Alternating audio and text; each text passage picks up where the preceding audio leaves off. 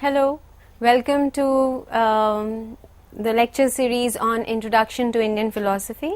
In this lecture, I will talk about the systems of Indian philosophy. At the outset, I wish to say that all the systems of Indian philosophy are in the quest for truth. Of course, their approaches and methodologies are different, but their motivation is the same. They all seek the truth. And when we discuss the schools separately, you will realize that their approaches and methods are not just scientific but spiritual. Also, not just theoretical but practical. This has been possible because the Indian philosophical systems basically represent a way of life, an approach to spiritual realization rather than a mere view of life.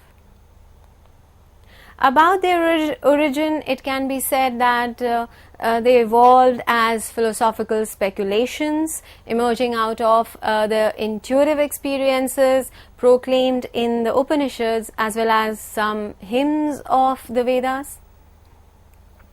As you all know, all systems directly or indirectly, positively or negatively rely on the Vedas and its teachings. If we just consider the orthodox or the Astika schools, we can say that they all undoubtedly accept the authority of the Vedas, but they differ with regard to their implication and signification.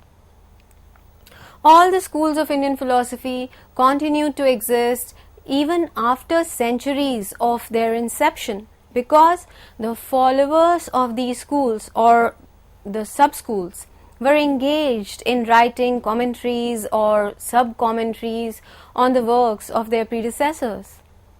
In fact, these series of commentaries or even independent manuals in the different periods of time by the followers, in some cases even resulted in controversies, debates, not just within the system, but also this gave a chance to the rival schools to criticize them.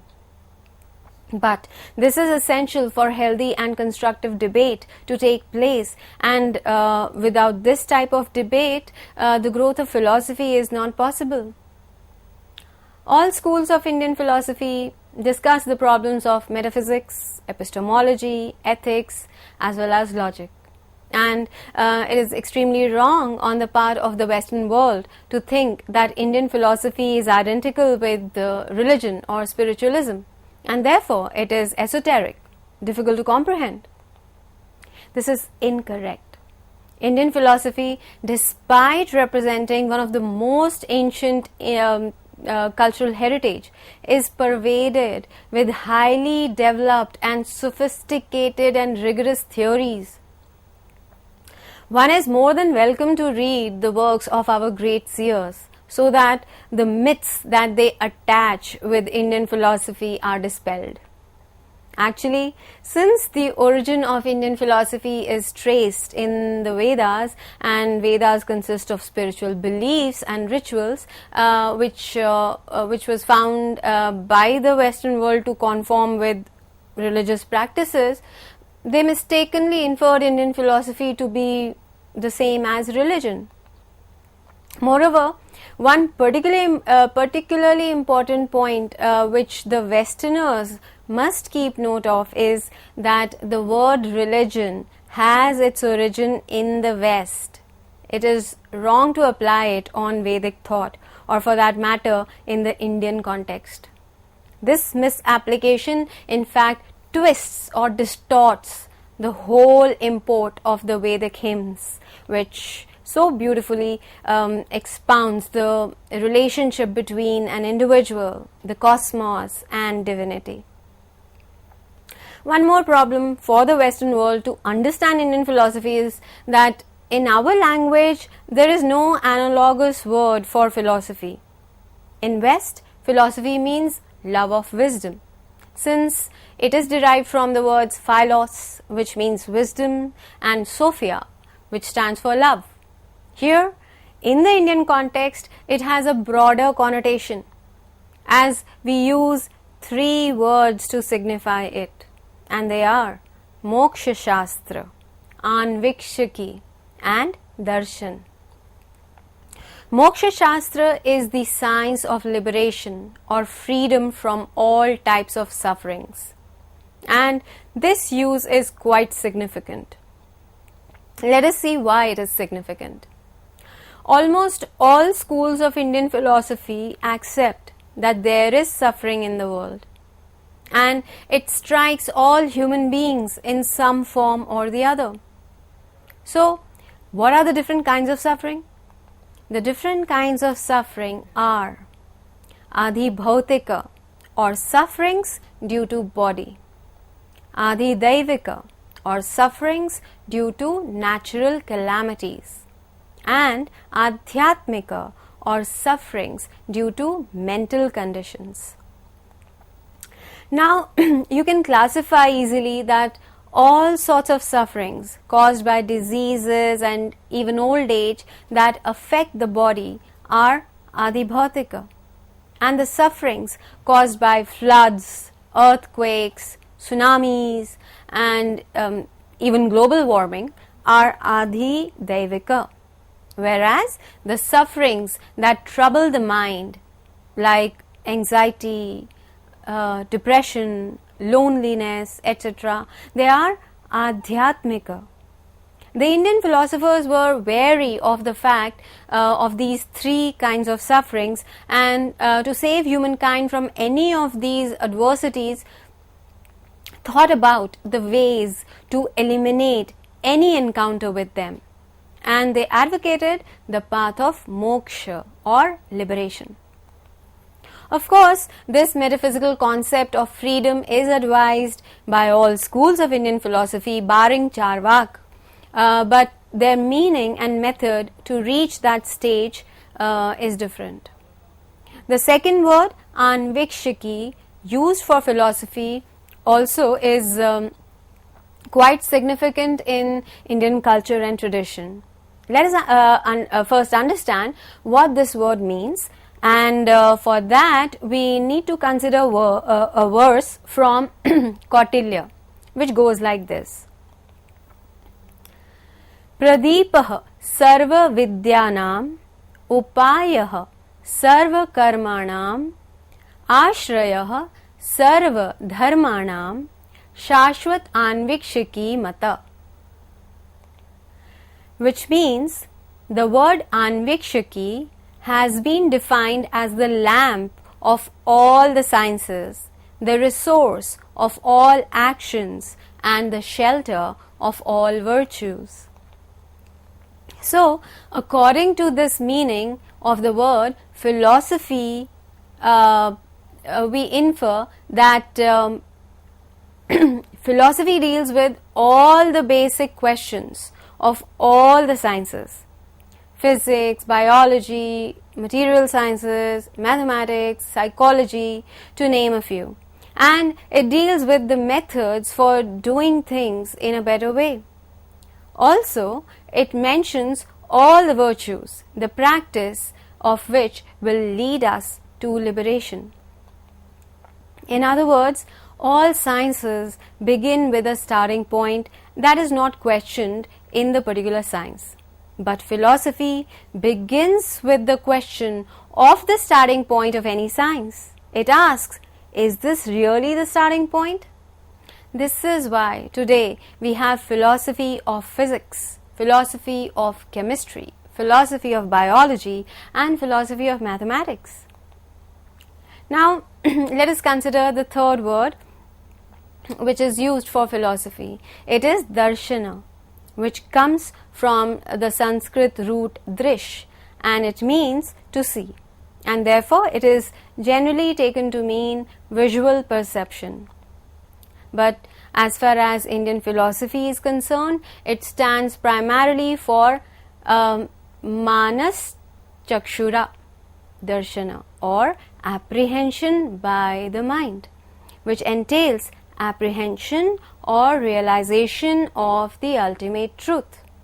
The word darshan, however, also signifies an indirect realization of the truths about ultimate reality through the study of the scriptures or through the discourse with the Guru. Another way of looking at it is that Moksha Shastra is ethics, Anvikshaki is metaphysics or the science of first principles, and Darshan is epistemology and logic. This covers the four major areas of philosophy that the West in practice uses in all their academic departments of philosophy.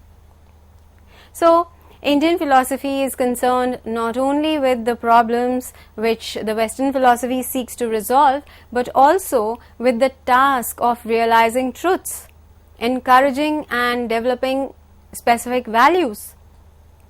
And this it does not just by contemplating on concepts or initiating debates with other schools of thought, but by taking a holistic approach that encompasses both theory and practice. So, Indian schools too have focused on the four branches of philosophy, namely metaphysics, epistemology, ethics, and logic. And each branch deals with certain questions. Now, the focus of the different schools of Indian philosophy remains on giving answers to those in accordance with the thought they proclaim and promote. So, before I begin to discuss the central questions considered under these branches, let me classify the schools of Indian philosophy. In the heterodox or Nastika tradition, we have Charvak, Jainism, Buddhism, and Ajivikas. And in the orthodox or Astika tradition, we have 6 schools, namely Sankhya, Yoga, Nyaya, Vaisheshika, Purvamimamsa, and Uttarmimamsa.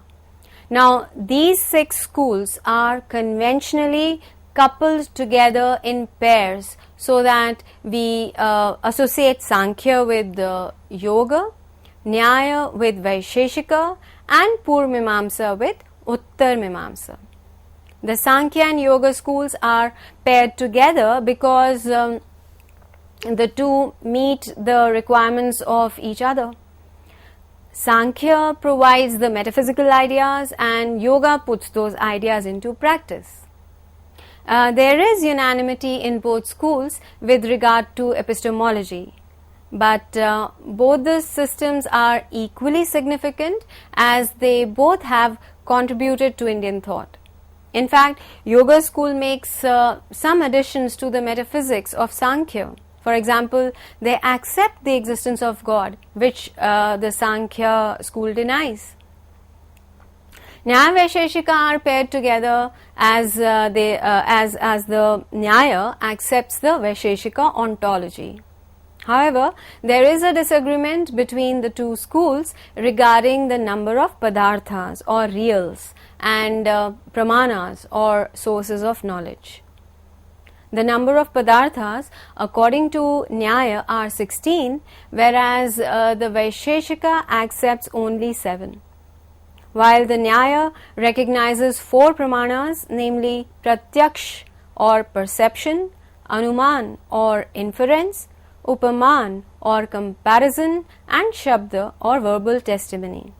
The Vaisheshika accepts only 2, Pratyaksh and Anuman. The two schools still are coupled together, and the Nyaya remarkably defends the Vaisheshika from the attacks of the rival schools using its well-developed tarka or logic. Now, the Purva and Uttarmimamsa schools have Vedas as their foundation. The Vedas are divided into 2 portions, Karma Kand, which pertains to the performance of rituals, and Gyan Kand, pertaining to knowledge. Now, since the Purvamimamsa developed out of the ritualistic portion of the Vedas, it concentrates on the instructions for the performance of sacrifices and regards the other portion of the Vedas like hymns in praises of God or even philosophical speculations as subservient to rituals. The Uttar-Mimamsa, which is also known as Vedanta, primarily focuses upon the last portion or the Uttarkand of the Vedas, which are the Upanishads. And these Upanishads do the philosophical elucidation and analysis of the Vedas. The Purva-Mimamsa school inquires the Dharma portion of the Vedas, Athato Dharma Jigyasa, whereas the Uttar-Mimamsa school inquires the Brahman portion of the Vedas, Athato Brahma Jigyasa. So we can say, though the Veda is the final and supreme authority for both the Purva and the Uttar-Mimamsas, their difference lies in the aspects of the Vedas chosen for consideration. In the former case, the subject of preferred treatment is human conduct, for the guidance of which the Veda provides evidence. In the latter case, the nature of existence is a matter of investigation and the Veda is taken to be the final authority. If we talk about metaphysics, then questions pertaining to causation, for example, emerge. Different schools answer this question in their own way, but their answers pave the way for further questions like their view about the ultimate reality, its relationship with an individual. So the theories of causation forwarded by Sankhya, Nyaya and Buddhism are particularly interesting. According to the Sankhya school, the effect resides in its cause in a very subtle form. The Nyaya school holds the opposite view. For them, the effect does not pre-exist in its cause. It is a new creation. Buddhism gives a critique on both the views and explains their theory of momentariness, which is the philosophy of becoming. So, if we compare the different orthodox systems, we see that the earlier schools, that is Sankhya Yoga, Nyaya Vaisheshika, they deal with the Tattva Gyan or analysis of the true nature of things. And in this regard, they do not depend so much on the Vedas. Their investigation is based on observation and reasoning. They work with pramanas as proofs. For them, the nature of things could be established on the basis of pramana. Pramaya siddhi par pramanat. Whereas for both the Mimamsa schools, pramanas are not proofs but evidences to validate their theories. However, all the schools differ with regard to their subject interest and also with regard to the means of proof or pramanas they choose to endorse, and with regard to the hierarchy of the different pramanas. But they all agree that pratyaksha or perception is the most important. These schools of thought, with the exception of Charvak, also incorporated certain ethical theories into their system, although they are not logically deducible from their metaphysical ideas. However, they are in tune with their broader scheme of thought. It is extremely sad that people have given the impression that Indian philosophy does not give much importance to ethics, and there are two misconceptions about Indian philosophy which are entertained in the Western world. And these two misconceptions are: number one, morality especially social morality, has been given a subsidiary place in human life. Or, in other words, the role of morality comes in life only as a matter of passing reference. And 2. For a man who has crossed the level of ordinary morality on his way to jnana has absolutely no concern with morality. But this definitely is faulty thinking. It is true that morality comes at the preliminary level, but that does not diminish its value.